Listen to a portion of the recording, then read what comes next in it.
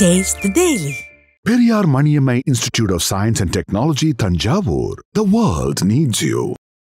ராமதாஸை பொறுத்தவரையிலே அடிதடி சண்டை மற்ற அழிச்சாட்டியம் செய்வது, சின்ன பிரச்சனையானாலும் அது பெரும் பிரச்சனையாக்குவது, ஈரை பேராக்குவது, பேனை பெருமாளாக்குவது, ஊரை ரெண்டாக்குவது, ஓய்வெடுத்துக் கொள்வது. 8 ஜாதிகளுக்கு 20% ஒதுக்கீடு அவர் தானே கொடுத்தாரு. அப்போ ராமதாஸ் எங்கே போனார்? அவர் கையெழுத்து போட்டாரா? அன்புமணி போய் எடப்பாடியை பார்க்குறாரு. எடப்பாடி நாளைக்கே கையெழுத்து போடணும். இதே வார்த்தை. இப்போ இல்லைன்னா நடக்குதே வேற. நாளைக்கு இல்லை, இப்போவே போடணும். சரி, ராமதாஸ் என்ன பெரிய யோகியவான்? அது ராமதாஸ் என்ன பண்ணுறாரு? வீடு கொளுத்துறது வேலை, ஊர் தாலியாக இருக்கிறது வேலை. வீடு கொளுத்தின்னு தானே பேர். சீனா வன்னியன் மட்டும் வர்ற தனி தீவா தமிழ்நாடு? சமுதாய மக்களே அன்புமணியையும் ராமதாஸையும் ஒரு தலைவரா ஏத்துக்கிறப்போ சிஎன் ராமமூர்த்திக்கு என்ன பிரச்சனை? கூட்டம் எப்படி கூட்டுறீங்க? கை செலவுக்கு காசு, உணவு, எல்லாருக்கும் உற்சாக பானம், சண்டை எடுக்கிற மாதிரி ஒரு பனியன் கொடுக்குறீங்க. எனக்கு என் சமுதாயம் பாதிக்கப்படுது. இல்லை ஜாதியா கிடையாதுமா, இந்த கட்சிக்கு ஜாதி இது வந்துடுது, இந்த ஜாதியை நான் எடுத்துருவேன் அப்படின்னு யார் சொன்னது? அன்புமணி. காடு வெட்டி குரு என்ன பண்ணீங்க? 48 நாள் மயக்கத்திலே இருந்து சாவடிச்சிங்க, மருத்துவ கொலை பண்ணீங்க. ஒரு ஜாதியோட தலைவர் இந்த ஜாதியிலேருந்து இந்த ஜாதிக்கு மாறி இத்தனை வருஷம் உங்களை ஆண்டு அனுபவிச்சுட்டு இருக்காங்க, சகல வசதிகளோட இருக்காங்க. அப்போ வன்னிய சமுதாய மக்கள் புரிதலோட இனிமே நாங்க ராமதாஸ் ஆதரிக்க மாட்டோம்னு ஒரு அமைப்பு கூட கொடுக்கலையே.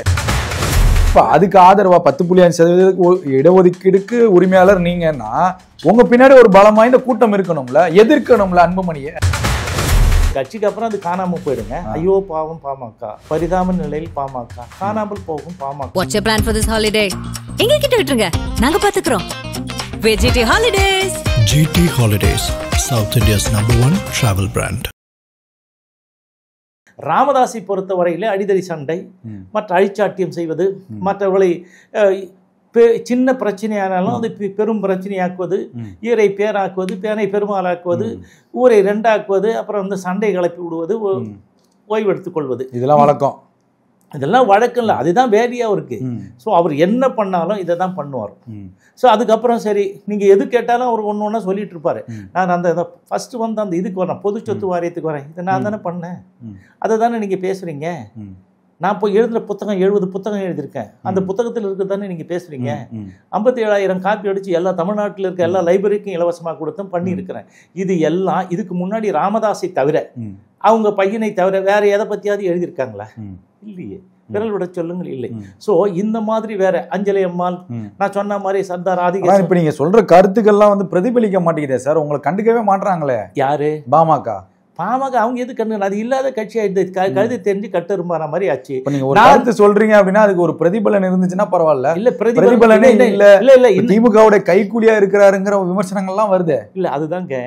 இப்போ நான் இந்த இடஒதுக்கீடை பற்றி சொல்லுகின்ற பொழுது என்னன்னா, முதல்ல 7 நாள் சாலை மறியல், முதல்ல 1 நாள் சாலை மறியல், அப்புறம் 1 நாள் ரயில் நிறுத்த போராட்டம், அதுக்கு 7 நாள் சாலை மறியல். நான் தான் கைதாகி பொதுச் செயலர் முறையில் சேலம் மத்திய சிறைச்சாலை அடைக்கப்பட்டேன். அங்கே அடைக்கப்பட்டு நாங்கள் வெளியே வந்தோம். வெளியே வந்த பிறகு அவர் என்ன ஆகுதுன்னா, 1988 முதல்ல இந்த இளைஞர் பெருவிழா சொன்னாங்க இல்லைங்களா, அது நான் தான் நடத்துகிறேன். அதில் ராமதாஸ் வந்துட்டு தான் போனார், நான் தான் பிரகடனப்படுத்துகிறேன். இது மாதிரி நம்ம ஜனநாயக முறைப்படி நம்ம தேர்தலை புறக்கணிக்கணும், ஏன்னா நமக்கு கிடைக்க வேண்டியது கிடைக்கவில்லை, இடஒதுக்கீடு நாம் வென்றாக வேண்டும் என்று சொன்னால் நாம் தேர்தலை புறக்கணிப்போம், வந்திருக்கிற அனைவர்களும் நீங்கள் உறுதி எடுத்துக்கங்க, சத்தியம் பண்ணுங்கன்னு சொல்லி பண்ணது. அதுக்கப்புறம் தேர்தலை புறக்கணித்தோம். தேர்தலை புறக்கணிக்கும் பொழுது யார் வர்றது? முதலமைச்சர் கலைஞர் வராரு. கலைஞர் வந்த உடனே ஒரு சிஎம் ஆன 43வது நாள் என்னை அழைத்து ஒப்பந்தத்திலே கையெழுத்து போட்டோம். 108 ஜாதிகளுக்கு, மன்னியர் உள்ளிட்ட 108 ஜாதிகளுக்கு 20% ஒதுக்கீடு அவர் தானே கொடுத்தாரு. அப்போ ராமதாஸ் எங்க போனாரு? அவர் கையெழுத்து போட்டாரா? இல்லையே, நான் தானே செய்தேன். இப்போ இந்த பணிகள் எல்லாம் யார் செஞ்சது? ஒரு 10 மாணவர்கள் தமிழகம் முழுக்க பயணித்து இரவு பகல் பாராமல் வீட்டுக்கே வராமல் அங்கேயே இருந்து பயணித்து, பொங்கலாது தீபாவளி அது எதுவும் கிடையாது, எல்லாமே அங்கேயே நாங்கள் கொண்டாடி நாங்கள் செஞ்சு பண்ணோம். ஸோ இந்த மாதிரி பண்ணதை கூட இடஒதுக்கீட்டில் எங்களுக்கு வந்தபொழுது முதல்ல அப்புறம் கலைஞர் என்ன செஞ்சாரு? 108 ஜாதி இருந்தது, 8 ஜாதியை சேர்த்தாங்க. 116 ஜாதி 108 ஜாதி இருக்கின்ற பொழுது எங்களுக்கு கொஞ்சம் கணிசமாக கிடைத்தது. 116 ஜாதி ஆன பிறகு எங்களுக்கு கிடைப்பது குறைந்து போனது. 6லேருந்து 3 வந்த உடனே அந்த கலைஞர் இது தானே வழக்கு போட்டேன் நீதிமன்றத்திலே வழக்கு. அது நீதியரசர் என்ன சொல்றாரு, LP தர்மராவ், இந்த ஆட்சியை நான் டிஸ்மிஸ் செய்கிறேன், நீங்கள் உடனடியாக ஒரு பெட்டிஷன் போடுங்கள்லாம் கேட்டாரு. ஸோ அந்த முடியும் போது இந்த ஆட்சி போகிறது, அடுத்து ஜெயலலிதா ஆட்சி வருகிறது. ஜெயலலிதா ஆட்சி வந்தவுடன் என்ன நடக்குது, ஜெயலலிதா வந்தவுடனே கோர்ட்டுக்கு கமிட்னா அது யாரா இருந்தாலும் சொல்லி ஆகணும். இந்த அரசு போயிட்டு அந்த அரசு வந்தா பின்வாங்க முடியாது, வழக்கு தான். அதுக்கு என்ன பதில் சொல்றாங்க, ஒரு அரசாணை பிறப்பிக்கிறாங்க. அந்த அரசாணை 35 எண், அரசாணை எண் 35, வன்னியர்களுக்கு இடஒதுக்கீடு தரலாமா, இதுல இருந்து தனியா பிரித்து தரலாமா என்று பேக்வர்டு கமிஷனுக்கு அனுப்புகிறார்கள் அந்த அரசாணை. பேக்வர்டு கமிஷன் என்பது மண்டல் கமிஷன் பரிந்துரை பிரகாரம் சுப்ரீம் கோர்ட் டைரக்ஷன்ல ஒவ்வொரு மாநிலத்திலும் ஒரு பேக்வர்டு கமிஷன் இருக்கிறது. இந்த பேக்வர்டு கமிஷன் தான் அரசியல் அமைப்பு சட்ட பிரகாரம் மாற்றி அமைக்கக்கூடிய அதிகாரம் படைத்தது.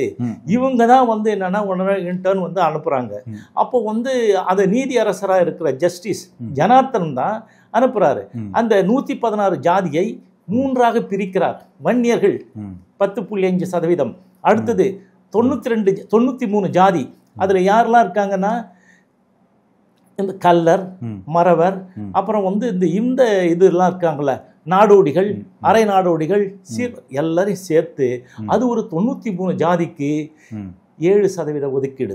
அது எஞ்சி இருக்கின்ற 23 சமுதாயத்தை சார்ந்த 22 இல்ல அந்த இதுக்கு அதுல யாரு இருக்கிறாங்கன்னா இசைவேளாளர், அப்புறம் அம்பலக்காரர், இவங்கெல்லாம் சேர்த்து தும்ராலாம் சேர்த்து அவங்களுக்கு 2.5%. ஸோ அந்த 20 யாருக்கும் வெளியிலேருந்து எடுக்கல, இருக்கிறத பிரித்து கொடுத்து அப்பவே ஒரு ஆணை பிறப்பிக்கிறார்.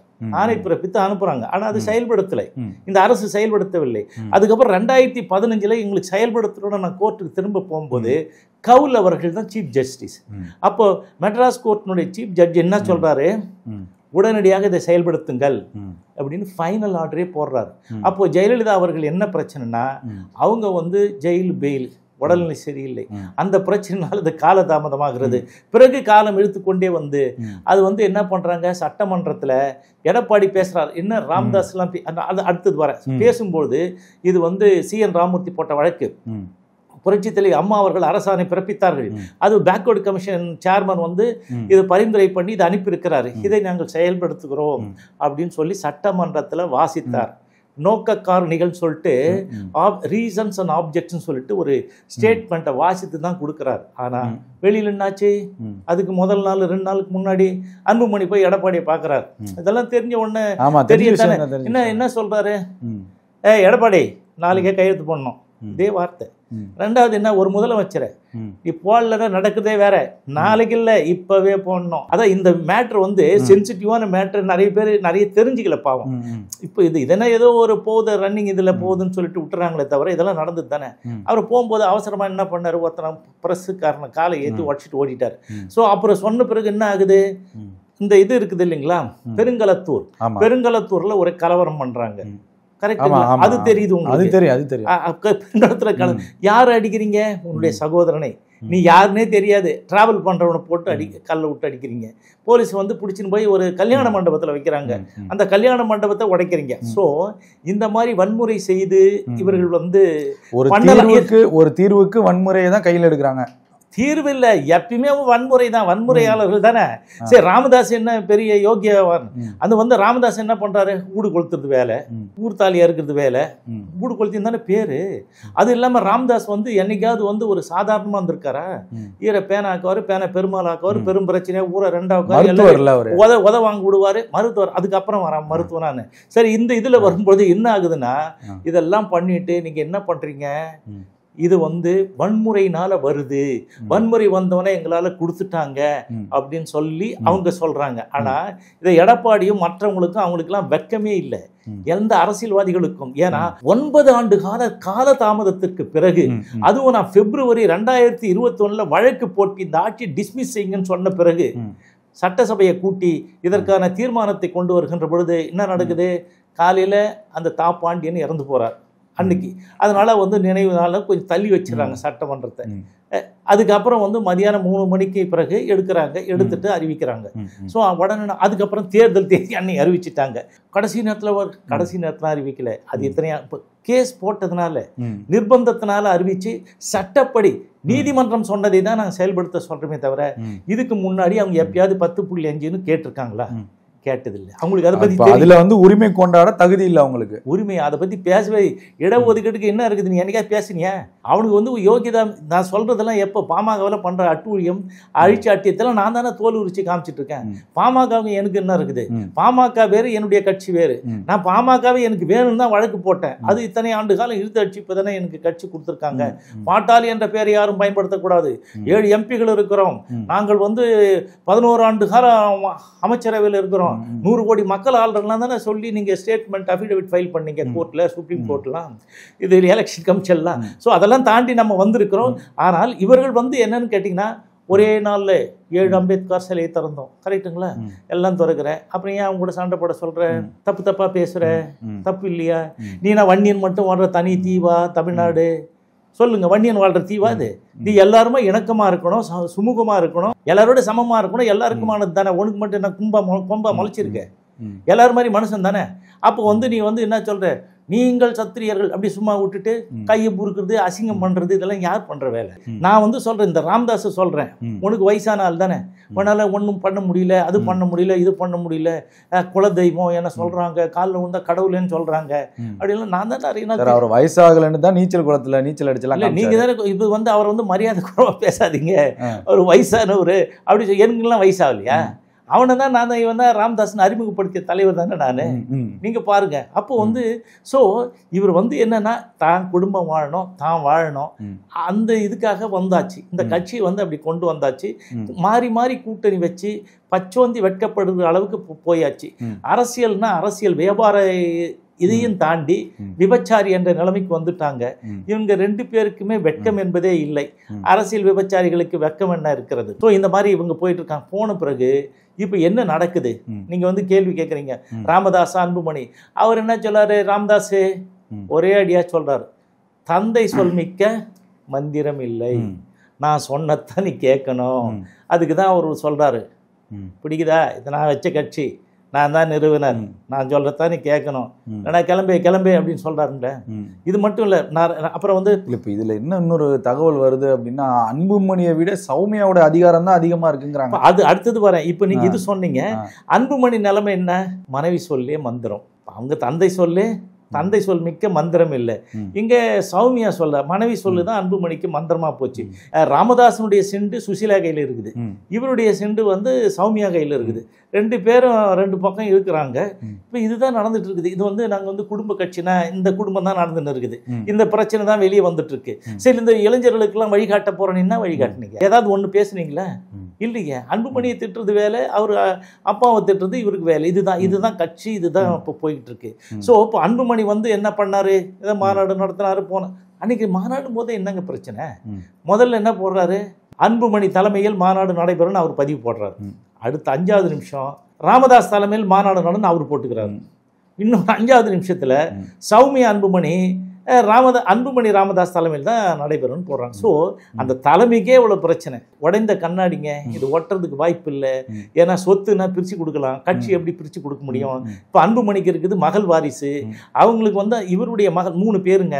அவருக்கு வந்து யாருக்கு? ராமதாஸுக்கு. முதல் காந்தி, 2வது வந்து அன்புமணி, 3வது கவிதாவுக்கும் காந்திக்கும் ஆண் வாரிசு. அதனால அவர் ஆண் வாரிசுலேருந்து கொண்டு வரணும்னு பார்க்குறாரு.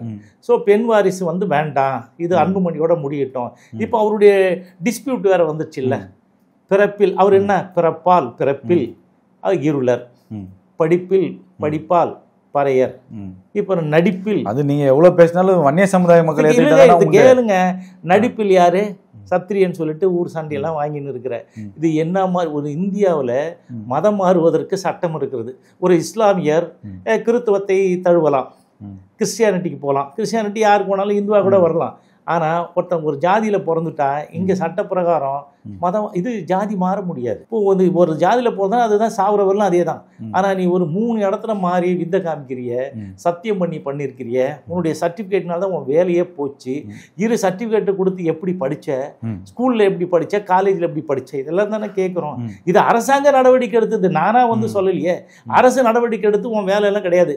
நீ வந்து கவர்மெண்ட் வேலை செஞ்சுட்டு இருந்த திண்டிவனத்துல நீ வந்து இந்த சர்டிபிகேட்ல படிச்சிருக்கிற, இது தப்புன்னு சொல்லிட்டு ஃபைன் போட்டு நீ பிராக்டிஸே பண்ணக்கூடாதுன்னு பிறகுதானே நாங்க வச்சு இந்த சங்கத்துல வந்து பூந்துன்னு ஒரே சத்தியம் பண்ணி எல்லாரையும் ஏமாத்துற. அந்த காலத்துல சத்தியம் பண்ண ஏமாத்த நடந்துச்சா சார்? சத்தியம் நடந்தது உண்மைதான். நான் வன்னியர் தாங்கிற சத்தியம் பண்ணாரா? வன்னியர்னு சத்தியம் பண்ணல, ஒரு 5 சத்தியம் பண்ணுவாரு. நான் எந்த காலத்திலும் எந்த கட்சியிலயோ சங்கத்திலேயோ எந்த பதவிக்கும் வரமாட்டேன், சத்தியம் 1. அடுத்தது 1000 கோடி ரூபாய் பணம் கொடுத்தா அது சுவிட்ச் வங்கியில போட்டா கூட இந்த ராமதாஸ் விலை போக மாட்டான். அடுத்தது ஜனாதிபதி பதவி கொடுத்தாலும் பிரதம மந்திரி பதவி கொடுத்தாலும் இந்த ராமதாஸ் மாறி போக மாட்டான். இந்த மாதிரி அடுத்தது என் வாரிசுகளோ என் குடும்பத்தை சார்ந்து யாரும் எந்த பதவிக்கும் வரமாட்டாங்க. இதெல்லாம் சொன்னது தானே அவரு. இதெல்லாம் தப்பா நான் சொல்லி செயல்படுத்தலனா என்ன முச்சந்திரன் அடிங்கன்னு சத்தியம். நீங்க சொல்றது ஓகேதான், ஆனா உங்க வன்னிய சமுதாய மக்கள் அவரை ஏத்துக்கிறாங்கல்ல, எப்படி குற்றச்சாட்டை வைக்கிறீங்கன்னு நான் கேட்கிறேன். குற்றச்சாட்டு அவங்க ஏத்துக்கல. இப்ப மாநாட்டுல பாத்தீங்கன்னா 20 லட்சம் பேர் கலந்துக்கிறாங்க தகவல் சொல்றாங்க. 20 லட்சம் நம்ம 2 கோடி பேரும் வந்துட்டாங்கன்னு கூட சொல்லுவாங்க. மக்கள் நெய் வருதுன்னு சொன்னேன் சார். நான் முதல்ல 1988 மாநாடு நான் நடத்தினேன், இளைஞர்கள் போது. அப்போ வந்தாங்க 20 லட்சம் பேரு. அந்த கூட்டம் வருமாங்கிற ஒரு கேள்வி வருது இல்ல? அதை விட அதிகமாக வரும். ஏன் வராது? நான் இந்த சமுதாயத்துக்கு நல்லது செய்திருக்கிறேன், எல்லாம் நீர் பூத்த நெருப்பாக இருக்கிறேன். நான் வந்து சொல்லி இருக்கிறேன், நான் ஒரு நாள் அழைப்பேன், உங்கள் தலையெழுத்து மாறுகின்ற பொழுது சென்னையை நோக்கி எங்கேயோ ஒரு இடத்த கூப்பிடுறேன், அன்னைக்கு வாங்கன்னு சொல்லி இருக்கிறேன். அதனாலதான் மாநாடு நடத்துவேன். ராமதாஸ் பின்னாடி இருக்குதுன்னு சொல்லாதீங்க. என் ராமமூர்த்தி சொல்லக்கூடிய குற்றச்சாட்டுலாம் ராமதாஸ் மீது இருக்கக்கூடிய ஒரு ஈகோ பிரச்சனை தவிர வன்னிய சமுதாயத்துக்காக இல்லைங்கிறது தான் தெரியுதே சார். நீங்க கூட்டம் வரல அப்படின்னா CN ராமமூர்த்தி சொன்னது உண்மையா இருக்குன்னு சொல்லலாம். அப்புறம் எதை எப்படி ஏத்துக்கிறது? வன்னிய சமுதாய மக்களே அன்புமணியையும் ராமதாஸையும் ஒரு தலைவரா ஏத்துக்கிறப்போ CN ராமமூர்த்திக்கு என்ன பிரச்சனைங்கிற ஒரு கேள்வி வருது இல்ல? நான் என்னைக்கு வந்து இவங்களெல்லாம் கூட்டியிருக்கேனா, ஏதாவது மாநாடு நடத்திருக்கேனா? இல்லை, ஒவ்வொரு மாவட்டத்துக்கு போய் பண்ணியிருக்கிறேன். இந்த வேலைகளை செய்கிறேன், இதை செஞ்சுக்குங்க.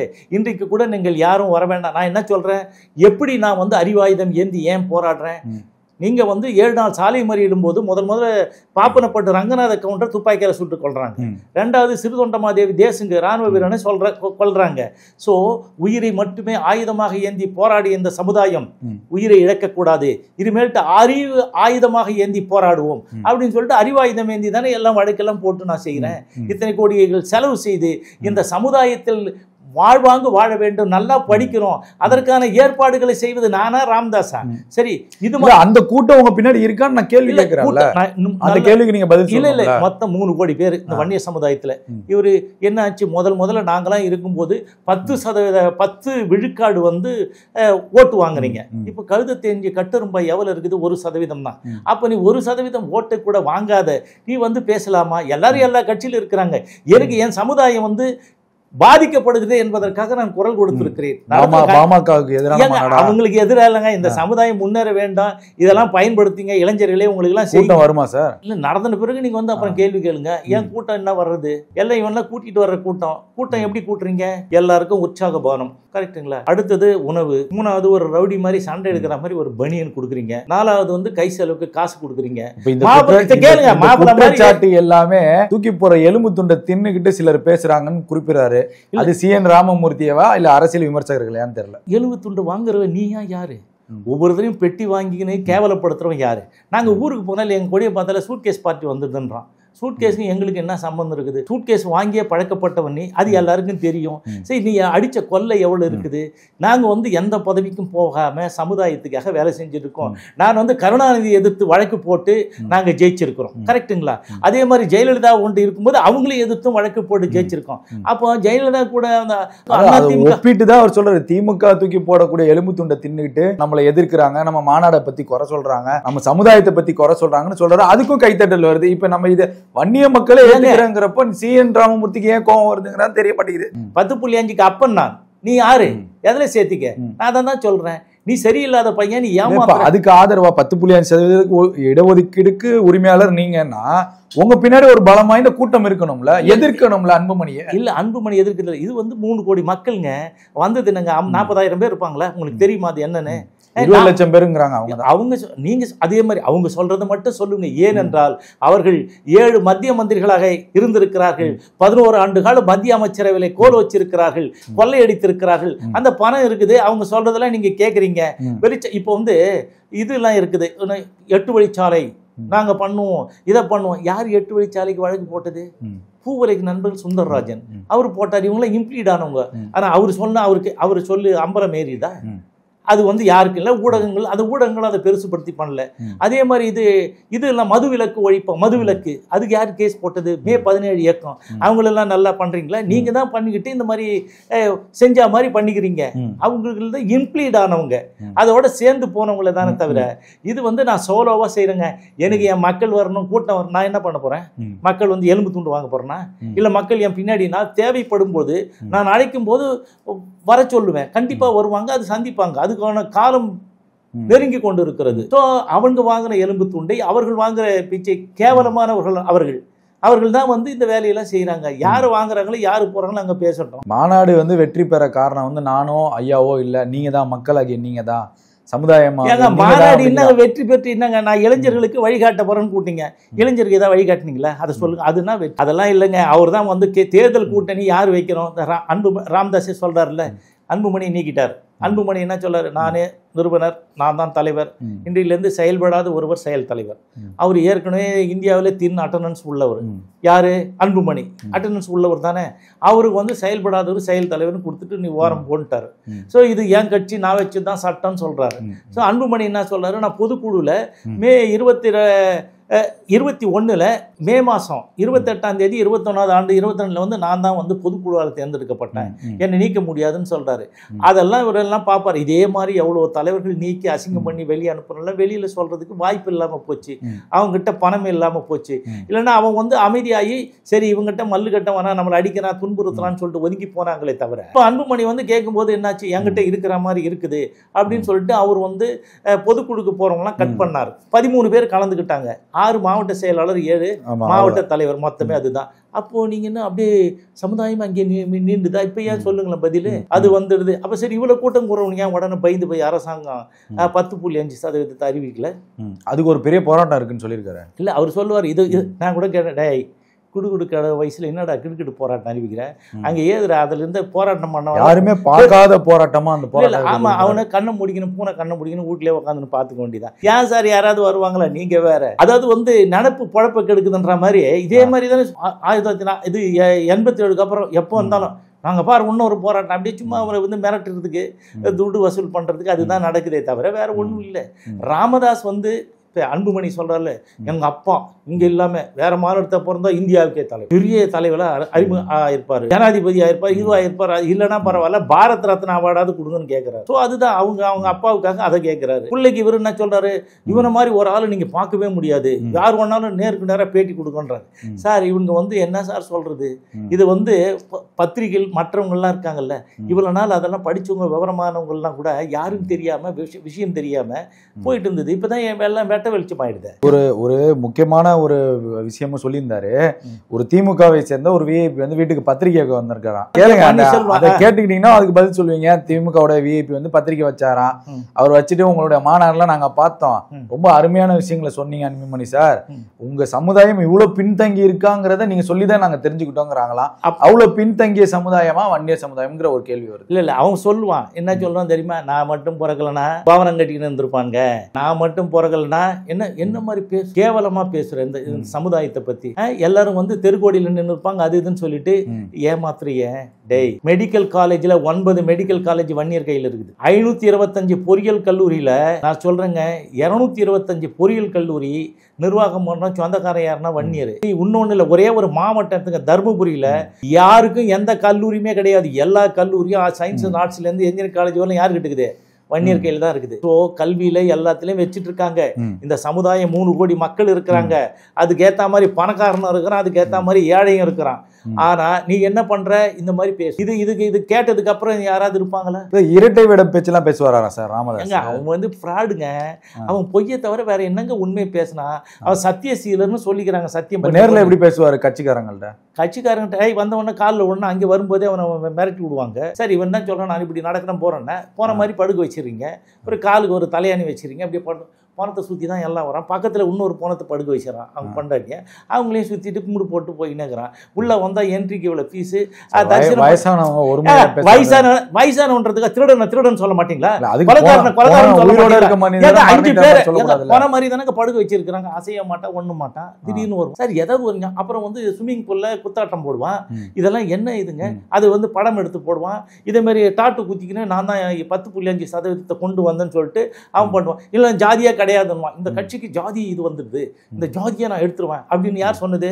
அன்புமணி. கரெக்ட். அப்புறம் டாட்டு குத்திக்கின்னு ஜாதிக்காக நாங்கள் ஊரா போய் என்ன கேட்டாங்க 2016 இது வந்து நாங்கள் வந்து கூட்டணி மாறி மாறி வச்சுட்டோம், தேசிய கட்சியோடும் கிடையாது திராவிட கட்சியோடும் கிடையாது, நாங்கள் வந்து உங்ககிட்ட மன்னிப்பு கேட்குறோம், பகிரங்க மன்னிப்பு கேட்குறோம் இவ்வளோ நாளுக்கு இந்த கூட்டணி போனதுன்னு. அப்புறம் என்ன பண்ணுறேன், நாமினேஷனில் சீஃப் மினிஸ்டர் கேண்டிடேட் அன்புமணின்னு போடுற இடத்துல நேரம் ஜாதியே இல்லைன்னு கோடு போட்டேன். அப்புறம் இப்போ ஜாதியை தூக்கின்னு வரீங்க, அதுதான் கேள்வி விமர்சனங்கள் வருது. இல்லை விமர்சனங்கள் வர்றதில்லை, எவ்வளோ பெரிய கேள்வி. நீ இந்த ஜாதியான தான் முதல்ல கேட்க வேண்டியதாக இருக்குது. இல்லை அதனால தானே சார் நம்ம பேசுகிறோம், இல்லைன்னா நம்ம பேச மாட்டோம்ல. நான் ஏன் பேசுவேன்? இல்லை மற்ற யாரையாவது நான் தப்பா பேசுறேன்னா வேற யாரையாவது இந்த 2 பேரை தவிர சார் ஒரு இல்ல நான் சொல்றது கேளுங்க. நீ ஒரு மதத்துடைய தலைவர் இந்த மதத்துல இருந்து இந்த மதத்துக்கு வந்திருக்காரு அப்படின்னா அது ஈஸியா புரிஞ்சுக்கிட்டு அவர் அவாய்ட் பண்ணிடுவாங்க. ஒரு ஜாதியோட தலைவர் இந்த ஜாதியில இருந்து இந்த ஜாதிக்கு மாறி இத்தனை வருஷம் உங்களை ஆண்டு அனுபவிச்சுட்டு இருக்காங்க, எங்களை வசதிகளோட இருக்காங்க. அப்போ வன்னிய சமுதாய மக்கள் புரிதலோட இனிமே நாங்க ராமதாஸ் ஆதரிக்க மாட்டோம்னு ஒரு அமைப்பு கூட கொடுக்கலையே. வன்னிய சமுதாயத்துல யார் மூத்த தலைவர்கள்? நீங்க தான் ஆட்சி எல்லாரையும் காலி பண்ணி கொண்டுட்டீங்களா? நீ இது வாழப்பாடி ராமமூர்த்தி இருந்தாரு, நான் சொன்னேன் Z+ பாதுகாப்புல இருந்தவர் ஒரே நாள் ஆட்சிங்க 10 பேர் இந்தியாவிலே அப்படி ஒரு தெரியல வழக்கு போட்டுருக்க மாட்டாங்க. அவர் போய் சேர்ந்தாரு. அடுத்தது வன்னியடிகளார், அவர் தான் வன்னிய சங்கத்தினுடைய தலைவராக இருந்தார். காதறுத்திங்க தையல் போட்டு இருந்து செத்து போனார். அதுக்கப்புறம் இது மாதிரி சமுதாய தலைவர்கள் எவ்வளோ பேர் இருந்தாங்க. இவர் A.K. நடராசன் வன்னியர் குரு, அவர் மேலேருந்து தூக்கி போட்டு காலை வச்சு நொண்டியா இருந்து செத்து போனார். காடு வெட்டி குரு சார், காடு வெட்டி குரு இல்லை A.K. நடராசன். அப்புறம் காடு வெட்டி குரு என்ன பண்ணீங்க, 48 நாள் மயக்கத்திலே இருந்து சாவடிச்சிங்க, மருத்துவ கொலை பண்ணீங்க. ஸோ இந்த மாதிரி எல்லாரையும் தானே நீங்கள் சாவடிச்சிங்க. 8.4 கோடி மக்களுக்கு சார்பாக இருக்கிற முதலமைச்சரை என்ன வந்து நான் கேட்கணுமா? நான் உனக்கு கிளாஸ் எடுத்தேன். இவரு அந்த விமர்சனத்தை C.N. ராமமூர்த்தி வைக்கிறனால தான் அந்த எலும்பு துண்டு மேட்டர் வெளியே வருது போல. இல்ல நான் வைக்கிற விமர்சனம் இல்ல, நீ யார் வேணாலும் பேசலாமா? நீ என்ன கேட்கறீங்களா அதுக்கு நான் பதில் சொல்றேன். ராமதாஸ் வந்து திருட்டு பையன், அவன் வந்து என்ன சொன்னா திருடனை வந்தா என்ன பண்ணும்? நாய் நன்றி உள்ளது, நாயை வந்து கை வச்சா எங்க போய் வாழை குறைச்சின்னு என்ன பண்ணணும்னு தெரியும். இது வந்து இந்த நாய் திருட்டு பையன் வந்தானே குலைக்கும். இது வந்து எவ்வளோ பிரச்சனைகள் இன்னைக்கு ஒரு நாள்ல அவரெல்லாம் வந்திருக்கு, வம்பு வழக்கு இருக்குது. ஏன்னா அவன் 28 தடவை 29 தடவை தாக்கி இருக்கிறான், 29 FIR அவன் பேர்ல இருக்குது. இன்றைக்கு நான் ஏதோ கடவுள் விட்டு வச்சிருக்கான் உயிரோட. ஒரு முக்கிய பிரதானமான ஒரு கேள்வி என்னன்னா, காடு வெட்டி குரு அவர் பயணித்த அந்த காலத்துல திருமாவுடன் வந்து இணக்கமா இருந்தது எல்லாத்துக்குமே தெரிஞ்ச ஒரு விஷயம் தான் சார். இப்ப இந்த காடு வெட்டி குரு கூட வந்து திருமா இருக்கிறதெல்லாம் நம்ம அந்த காலங்கள்லாம் பார்க்க முடிஞ்சிச்சு. திருமா அண்ணன் இல்லைன்னா நான் வெற்றி பெற முடியாதுங்கிற சொன்ன வார்த்தைகள்லாம் நம்ம பார்க்க முடிஞ்சிச்சு. இப்ப நான் இதுல இருக்கக்கூடிய பிரதானமான ஒரு கேள்வி என்னன்னா, நீண்ட நாட்களாக இருக்கக்கூடிய கேள்வி, நிறைய கலவரங்களுக்கும் வன்முறைகளுக்கும் இந்த கேள்வி வந்து ஒரு பெரிய ஒரு இதா இருக்கு. வன்னியர்கள் தாழ்த்தப்பட்ட மக்களுடன் இணக்கமாக பழகுவதை விரும்புகிறார்களா விரும்பவில்லையா? ஏங்க நான் தான் சொல்லிட்டேங்க, தனி தீவு கிடையாது, ஒன்று கொம்பு முளைக்கலை. அவங்களும் ஒன்றை மாதிரி மனிதர்கள் தான், எல்லாருமே மனிதர்கள் தான். மனிதநேயத்தோடு போகணும். எங்கெல்லாம் பாதிப்பு இருக்குதோ அது எந்த சமுதாயத்துக்கு இருந்தாலும் பாதிக்கப்பட்டவர்கள் பக்கம் நின்று அவர்களுக்காக குரல் கொடுக்கணும். அதுதான் அரசியல், அதுதான் சமூக நீதி, அதுதான் சமத்துவம்னு சொல்கிறோம். அப்புறம் வந்து நீ வேறு மாதிரி சண்டை போட்டிங்கன்னா என்ன அர்த்தம்? நீ இப்போ வந்து லவ் பண்ணி கல்யாணம் பண்ண அதெல்லாம் இயற்கையாக அது வந்து அந்த காலத்துல நடந்துக்கிட்டு தான் இருக்குது. பணி செய்கிற இடத்துல, வேலை செய்கிற இடத்துல, இல்லைனா வந்து நீங்கள் படிக்கிற இடத்துல ஏதோ மனம் இருவர் விரும்பி யார் கொண்டாலும் இவங்க அவங்க இல்லை கல்யாணம் பண்ணிக்கிறீங்க. பண்ணிக்கிட்டு இருந்தால் அவங்களுக்குலாம் ஒன்றும் படிக்கலையே, அவங்களாம் வாயில் விரல வச்சா கடிக்க தெரியாத. முதல்ல நாடக காதல் நடத்தினவன் யார்? இந்த பையன் தானே, இந்த ராமதாஸ் பையன் தானே. அவன் என்ன பண்ணா, படிக்கும்போது அந்த பொண்ணை கெடுத்து விட்டான், அந்த சரஸ்வதியை ஜோரேஷ் ஓடி விட்டான். அவன் சொந்தக்காரெல்லாம் புஷ்னு அவனை கட்டி போட்டு 15 நாள் வச்சிருந்தாங்களா. அதுக்கப்புறம் ரைஸ் மில்ல கட்டி போட்டு காலையில் அடிக்கிறது, அப்புறம் இது பண்ணுறது.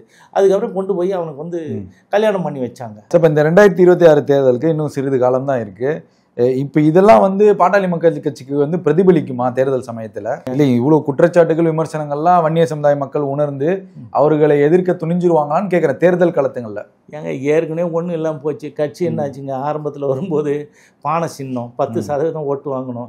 யானை சின்னத்தில் நீங்கள் அடுத்ததுன்னா எவ்வளோ 4 எம்எல்ஏ தனித்து நின்று போட்டிட்டோம். அப்புறம் என்ன ஆச்சு, கூட்டணிக்கு போனீங்க, கோதாவரி இவனை அவரை திட்டுறது எல்லாம் பண்ணி இன்னும் ஏதோ வந்து இப்போ என்ன ஆச்சு, கழுதை தெரிஞ்சு கட்டுரும்பாயி இப்போ மாற்றம் முன்னேற்றம் அன்புமணின்னு சொல்லி போய் நின்னீங்க, ஒன்றும் இல்லாமல் போச்சு. டெபாசிட்டே கிடையாது. கூட்டணியில் வந்து இது பண்ணி அதிமுக கூட்டணி போய் என்ன பண்ணீங்க, 23 வாங்கி 5 அவங்க தயவில் வந்து உட்காந்து நிற்கிறது. அதிமுக தானே போட்ட பிச்சை தானே. ஸோ அது போட்டு இப்போ வந்துட்டு என்ன பண்ணுறீங்க, இப்போ வந்து நாங்கள் வந்து ஆட்சி பிடிப்போம் அது பிடிப்போன்னா முதல்ல பானை சின்னம், அடுத்தது யானை சின்னம், அதுக்கு அடுத்தது மாங்காய் சின்னம். இப்போ சின்னம் இருக்கா உங்களுக்கு? அங்கே சின்னம் இருக்கா? இல்லை. சின்னமே இல்லாத ஒரு கட்சியை கொண்டு வந்துட்டான். இதுக்கப்புறம் இவங்க வந்து மடக்கி அப்படியே வந்து நிறுத்தி நிலநிறுத்த போகிறாங்க. யாரோட கூட்டணி ஏதாவது சூட் கேஸ் கிடைக்குதா வாங்கிக்கணும், ஒதுக்கலாம் ஸ்வீட் பாக்ஸ்ன்னு சொல்லிட்டு பார்க்குறாங்களே தவிர வேற என்ன சார் இருக்கு? அவங்க அஜெண்டாவே என்ன, பணத்துக்காக தான். அந்த 1% குறைஞ்சிருங்கிறீங்க இந்த எலெக்ஷன்ல. ஏங்க இந்த கட்சிக்கு அப்புறம் அது காணாமல் போயிடுங்க. ஐயோ பாவம் பாமக, பரிதாப நிலையில் பாமக, காணாமல் போகும் பாமக என்ற நிலை எட்டிடும். அதில் ஒன்றும் பிரச்சனை இல்லை. இப்போ கட்சியை கைப்பற்றுறதுக்கு அதிகாரத்தில் உட்காரதுக்கு சௌமியா வந்து நிறைய ஏற்பாடுகள்லாம் செஞ்சிருக்காங்கன்னு சொல்றாங்க. அது உண்மைதானா சார்? எங்க சௌமியா வந்து கட்சியில் வரணும்னு பார்க்குறாங்க. அவங்க பசுமை தாயகம். பசுமை தாயகம் யார் வச்சிருந்தது? தீரனுடைய மருமகன் சீனிவாச ராவ். அவர் தான் வச்சிருந்தார். எம்ஜிஆர் காலத்தெல்லாம் ப்ரொமோட் பண்ணி அவர் உலகெல்லாம் சுத்த அடிச்சு எல்லாம் அனுப்புனாரு. அது அவங்ககிட்ட இருந்து பிடிங்க. அந்த தகவல் சொல்லப்படுது, அது உண்மைதானா? இல்லை உண்மை நான் சொல்றேங்க, உண்மைதானேன்ற. அப்புறம் என்ன, நான் தானே இருந்தேன், எனக்கு தெரியாம என்ன வந்து கூட்டின்னு வந்து இவர் அன்புமணி கிட்ட இருந்து அன்புமணி அங்கே கொடுத்துட்டாரு. இப்போ பசுமை தாயகத்தை வச்சுன்னு என்ன பண்றீங்க, ஏதோ பண்றீங்க. அதுல வர்ற ஃபண்டு வருது, அது வருது, செலவு பண்ணுங்கன்னு சௌகரியமா இருக்கிறீங்க. இப்போ அவங்களுக்கு என்ன பண்ணிட்டாங்க, இவருக்கு வந்து சரியில்லை, அன்புமணிக்கு அப்புறம் நாம கட்சி பிடிக்கணுன்றதுக்கு அவங்க வேலை பண்றாங்க. அது வேலை பண்றது இயற்கை தானே. அதுதான் நான் சொன்னேன். அன்புமணி வந்து மருமகளுடைய டார்ச்சர் தான். இப்போ ரெண்டு பேரும் விட மாட்டாங்கல்ல. அதான் இவர் வேற 1 மாசமா மன உளைச்சல் இருந்தாராம். அதுதான் சொல்றேன் உனக்கு. நீங்க என்ன சொல்ற, நான் தான் குடிக்காரன் 12 மணிக்கு எழுந்திருப்பான் சார். அவனுக்கு என்ன மன உளைச்சல்? அன்புமணியா சார்? ஆமா, அவன் தான் முழு நேரம் குடிக்காரன், அவங்க அப்பா வந்து பகல் நேரம் குடிக்காரன். அப்பப்போ குஷ்டி ஏதாவது உளறிக்கினே இருப்பான். ஸோ இவங்க வந்து இந்த குடிக்கார பசங்க மது ஒழி பண்ணுவாங்க. அதை நாம கேட்டுக்கணும். புரியுதுங்களா? அவங்க என்னெல்லாம் சொல்றாங்களோ அது அகேன்ஸ்டா தான் அவங்க இருப்பாங்க. அன்புமணி பேர்ல இருக்க ஊழல் மட்டும் எவ்வளவு பெரிய ஊழல் சார்? நீங்க சொல்லுங்க. பெரிய 3 பெரிய பொது நிறுவனங்களை மூடனா மாதிரி கிங் இன்ஸ்டிடியூட் காலி பண்ணிட்ட மாதிரி வேக்சின். அதுக்கப்புறம் பாஸ்டன் இன்ஸ்டிடியூட் நீலகிரி மாவட்டத்தில் இருந்தது. அடுத்து கொசா லெவலில் இமாச்சல பிரதேசத்தில் இருந்த ரிசர்ச் இன்ஸ்டிடியூட் எல்லாத்தையும் மூடிட்டு நீ சுகாதாரத்துறை மந்திரி ஆன உடனே 380 டேப்லெட்டை ஏன் பேன் பண்ண? கொஞ்ச கால இடைவெளிக்கு பிறகு ஏன் பேனை லிஃப்ட் பண்ண? இதெல்லாம் வந்து ஒரு சின்ன மேட்ரு சார். பெருசா இருக்குது என்ன, எய்ம்ஸ் மாதிரி உள்ள கல்லூரியில் இருக்குது. அது வந்து வேர்ல்டு ஹெல்த் ஆர்கனைசேஷன் ஃபண்ட் அதெல்லாம் கொடுக்குறாங்க. அதுல என்ன பண்ணீங்க, அவருடைய கேதன் தேசாய் அதுல இருந்தார் இல்லையா, செக்ரட்டரியா இருந்தார். அவர் வீட்டுல இருந்து எடுக்கிறீங்க. எவ்வளவு எடுக்கிறீங்க? கொஞ்சம் நெஞ்சமா எடுக்கிறீங்க. 1600 கோடி ரூபாய். இதுவரையில இந்தியாவில் ஒரே இடத்துல ஒரு வீட்டுல இருந்து எடுத்த பணம் 1600 கோடி ரூபாய். எல்லா பத்திரிகையும் வந்தது, உங்களுக்கும் தெரியும். அதை பத்திலாம் நீங்க பேச மாட்டீங்க. அவன் திருட, அவன் எலும்பு துண்டு, எங்க வாங்குறான்லாம் இல்லை. நாங்க ஒண்ணு மாநாடு இப்ப பாமகவுடைய எந்த அறிவிப்பு வந்தாலும் இந்த காடு வெட்டியுடைய ஃபேமிலி வந்து ஒரு பத்திரிகையாளர் சந்திப்பு நடத்திடுறாங்க. பொதுவா எல்லா சேனல்லையும் பேட்டி கொடுத்துட்றாங்க. ஆனா காடு வெட்டி குரு தான் வந்து ஒரு போர்ப்படை தளபதியா அவருக்கு உறுதுணையா இருந்தாலும் இந்த சமுதாய மக்களுக்கும் ஒரு நல்ல தலைவரா பார்க்கப்பட்டாரு. ஆனா அவருடைய குடும்பம் மிகவும் இப்போ சாதாரண நிலையில இருக்கிற மாதிரி தான் தகவல் வருது. இவர்களுடைய சொத்து மதிப்பு எவ்வளவு, அன்புமணியோட சொத்து மதிப்பு எவ்வளவுங்கிற 2 லட்சம் கோடியை தாண்டி போச்சு. உலகம் ஃபுல்லா வச்சிருக்காங்க. அதுக்கப்புறம் 7 டன் கோல்டுன்னா என்னங்க, 7000 கிலோ அதுதானே எடுத்தீங்க. அதுக்கப்புறம் உன் பேர்ல தானே இருக்குது. நீ வந்து இண்டெக்ஸ் மெடிக்கல் காலேஜினுடைய லைசன்ஸ் கொடுத்ததுலேருந்து அப்கிரேட் பண்ணதுலேருந்து எல்லாம் உலகம் முழுக்க நீங்கள் காண்டம் வித்ததுலேருந்து கமிஷன் அடிச்சது இதெல்லாம் இருக்கு சார். அவன் சிண்ட பூச்சி வச்சிருக்கான். இப்போ வந்து அமித்ஷாவுடைய அடிமை தானே அன்புமணி. ஐயா வந்து திமுக இணையலாம், சின்ன ஐயா வந்து பாஜக இணையலாம். இவர் இணையலாம் இல்லை. இவர் வந்து எல்லார்கிட்டையும் பேசி எல்லார்கிட்டையும் காசு வாங்கிக்குவாரு. காசு வாங்குறதுதான் முதல்ல இந்த கட்சியில வந்து என்ன சொல்லிட்டாரு, பேசுறதை யார் பேச முடியும், கட்சி தலைவர் தான் பேச. இந்த வழக்குகள் எல்லாம் முடிஞ்சுன்னா அன்புமணி கைதாக வாய்ப்பு இருக்கா? வழக்கில் முடிஞ்சா இல்லைங்க, இன்னைக்கு என்ன நாளைக்கு ஏதாவது ஒன்று சொல்லட்டுமே. பிஜேபின்னா உடனே தூக்கிடுவாங்க. ஏற்கனவே கைதா புச்சி திகார் ஜெயில் தான். சரி, இப்ப திகார் ஜெயில போயிட்டு வந்தவங்களாம் அரசியல் பண்ணலையா? அந்த அளவுக்கு எக்கு தப்பா 1 கேஸ் 2 கேஸ் தான் பரவாயில்ல. இதை தப்பிச்சு அது வந்து அது தப்பிச்சு இது வந்து இப்படி வர்ற மாதிரி எதை தப்பிச்சு எப்போ ஒரு வாழ்நாள் ஃபுல்லா அது ஜெயில தான் கிடக்கணும். இவன் வந்து வேணா பையனை பார்க்கறதுக்கு டெல்லியில போட்டு ஒரு வீடு எடுத்து வச்சுட்டு எப்பயா போய் பார்த்துட்டு வரலாம் சாவர காலத்துல. ஸோ இதுதான் நடக்கும். இதெல்லாம் தெரிஞ்சுதானே அவங்க அப்படி போற மாதிரி. நீ போனா என்ன வந்தா என்ன, இதை கட்சி இருந்தா தானே நீ உள்ள திடீர்னு உன்னை பூச்சியே போட்டான், நான் என்ன பண்றது? எப்பயுமே வந்து இந்த மாதிரி வந்து காசு பணம் பார்த்தவன சாவர வரலும் பணம் பார்த்துக்கிட்டு தானே இருப்பான். அதுக்கு என்ன வழியா தானே பார்ப்பாங்க. இவ்வளவு நேரம் பல்வேறு கேள்விகளுக்கு பதில் அளித்தமைக்கு நன்றி சார். நன்றி, வணக்கம்.